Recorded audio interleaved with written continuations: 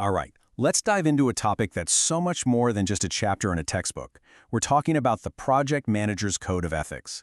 And I want you to think of this less as a set of rules and more like a professional compass. You know, that essential tool that helps you navigate the really tough decisions you face every single day. This isn't just about staying out of trouble, it's about building a rock-solid foundation for real leadership and ultimately project success. So, let's get into it. So let me start by asking you a question. Why do so many projects really fail? I mean, I know the usual suspects that pop into your head, bad planning, not enough resources, terrible estimates. But what if all of those are just symptoms? What if the real root cause is something deeper, something we can't exactly track on a Gantt chart? Look at this list. We've all been there, right? The missed deadlines, the budget that just keeps growing, the final product that, well, it just isn't what it should be. But let's try to look at these differently. Maybe a missed deadline isn't just a scheduling mistake. Maybe it's a failure to be honest about the project's actual progress. And cost overruns? That could easily come from a lack of respect for the company's resources. And those unhappy stakeholders? Well, that often points to a breakdown in fairness and communication. You see, these aren't just technical problems. They're often failures of professional integrity. So here's the key takeaway. If we want to build projects that are not just successful but also resilient, we have got to look beyond the spreadsheets and the schedules. We need to build everything on a solid ethical foundation. Getting this is the first step. And today, that's exactly what we're going to build together. Okay, here's our game plan. We'll start with the 4 core ethical pillars. Then we're going to do a deep dive into each one. Responsibility, respect, and then fairness and honesty together.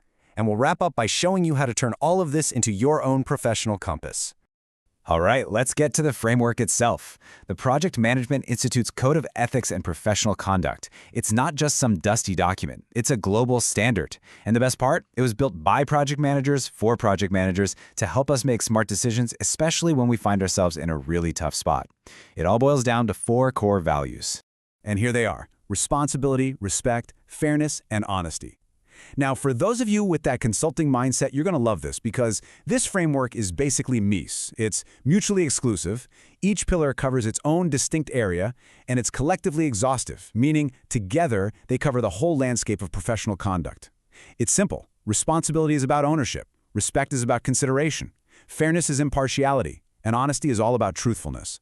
This is our foundation. Now, before we break these pillars down, you've got to understand this one critical thing. The code works on 2 different levels.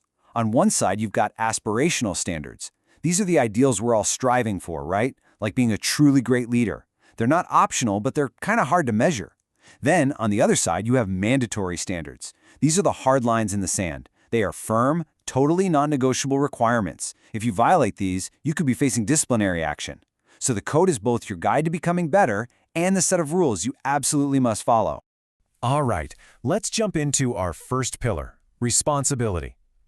Honestly, this is the very heart of what it means to be a project manager. It's about owning the project, its decisions, its outcomes, from the very beginning to the very end. The official definition here is, wow, it's powerful. It says, it's your duty to take ownership not just for the decisions you make, but for the ones you fail to make.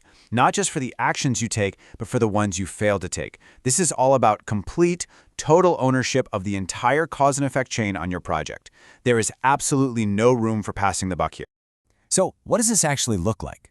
Well, aspirationally, it means having the guts to say, you know what, I'm not the right person for this project, if you don't have the qualifications. It's about striving to only take on work where you know you can truly deliver. Now, the mandatory side is crystal clear. You must uphold all laws and regulations. And this is a huge one. You have a mandatory duty to report any ethical violations you see. Staying silent is not an option. In your day-to-day work, responsibility means you're the one who stands behind a tough call, even if nobody likes it. It means you're always checking, hey, does this project still align with what the business is trying to achieve?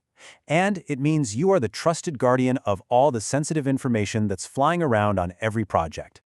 Okay, next up is Pillar 2, respect. So if responsibility is all about owning your actions, respect is about honoring the people and the resources that you get to work with. This is really the human side of project leadership. And PMI defines this really broadly. See, it's not just about being polite to people. It's about showing a high regard for all the resources you've been given. The people, sure, but also the money, the equipment, even the company's reputation. A project manager who really gets respect is a true steward of the organization's assets. Let's look at that aspirational versus mandatory split again. Aspirationally, respect is proactive. It's about genuinely trying to see things from someone else's perspective, even when you completely disagree with them. But on the mandatory side, the line is absolute. You must not engage in harassment or discrimination. Full stop. It's the difference between trying your best to create a great environment and the absolute requirement to not create a toxic one. So in the real world, respect means you're not just sitting in a meeting waiting for your turn to talk. You're actively listening. It means you look at a diverse team not as a challenge to be managed, but as a huge strength to be leveraged. And it means you treat the project's budget with the same care as if it were your own money. Now for our third and fourth pillars, and we're going to tackle these together: fairness and honesty. They're technically distinct, but they are so deeply connected that they really form the bedrock of integrity. Think of it like this. Fairness is about your actions being objective, while honesty is about your communication being truthful. Let's dig in. Let's break that down. Fairness is all about your actions. It's your duty to make decisions impartially without letting your own self-interest or biases get in the way. Honesty, on the other hand, is all about your communication. It's your duty to find out what the truth is, and then act and speak in a way that reflects that truth. See? You can't really be fair if you're not being honest, and you can't be truly honest if your actions aren't fair. So here's how that plays out. Aspirationally, we're always striving for total transparency in our decision-making. We're trying to give people accurate info as fast as we can. The mandatory standard is a direct result of that. You must disclose any conflict of interest, real or even potential. So for example, if you're picking a vendor and your cousin happens to work for one of them, you have to disclose that. It's an absolute requirement because it directly threatens your ability to be fair. And this is where the rubber really meets the road. Your fairness is tested every single time you run a procurement process. Are you giving every single vendor a fair and equal shot? And your honesty? That gets tested when things go wrong. Do you go to your sponsor and say the project is just a little behind schedule, or do you give them the hard truth with candor so that a real decision can be made? True professionals always choose candor.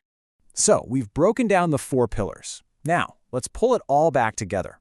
How do we turn this framework from just a bunch of ideas into a practical tool, into that professional compass that we can actually use every single day? Well, the PMBOK guide itself kind of gives us the answer. It defines the project manager as the person assigned to lead the team. This isn't just about managing tasks, it's about leadership. And let's be honest, you simply cannot be an effective leader without a strong ethical foundation. Your behavior, your conduct, it sets the tone for the entire project.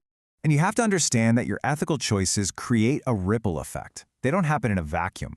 Your honesty encourages your team members to be honest. Your fairness with vendors builds up your company's reputation. Your respect for stakeholders creates trust. This code isn't just about protecting yourself, it's about lifting up your team, your organization, and really our entire profession. So, the next time you're facing one of those really tough calls, here's a simple 3-step playbook. First, just acknowledge and assess the dilemma. What values are clashing here? Second, consult the framework. Run your different options through the 4 pillars: responsibility, respect, fairness, and honesty.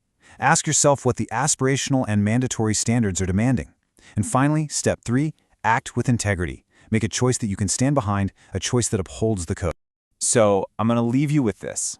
The code of ethics isn't about having all the answers. Not at all. It's about having a reliable compass that helps you find the right direction, a true north for when you're caught in a storm. Because when the deadlines are looming, the budget is shrinking, and the pressure is on, that is when your leadership is truly defined. The only question is, what will your compass say?